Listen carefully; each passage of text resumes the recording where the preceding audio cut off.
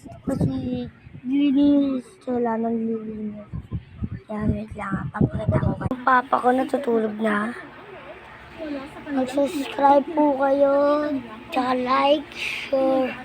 Bigyan ko po kayo ng tokens. Yan. Kahit 1 million subscribe, tsaka like. Yan. Tsaka share.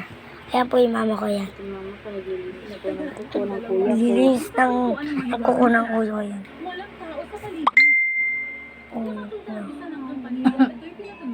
Di mo. Ganun talaga.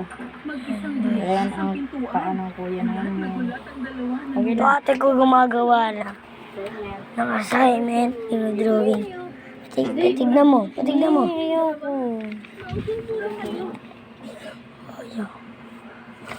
Ayan. Ito yung dinodrawing niya. Ano?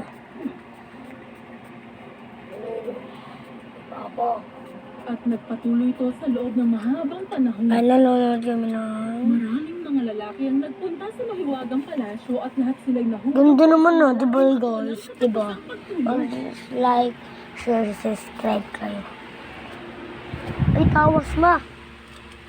Isang araw, isang prinsesa ang naligaw sa masabing kagubatan. Natulog siya sa parehong puno at Ayun, guys. niyang nakita niya ang mahiwagang palasyo at pinuntahan ito.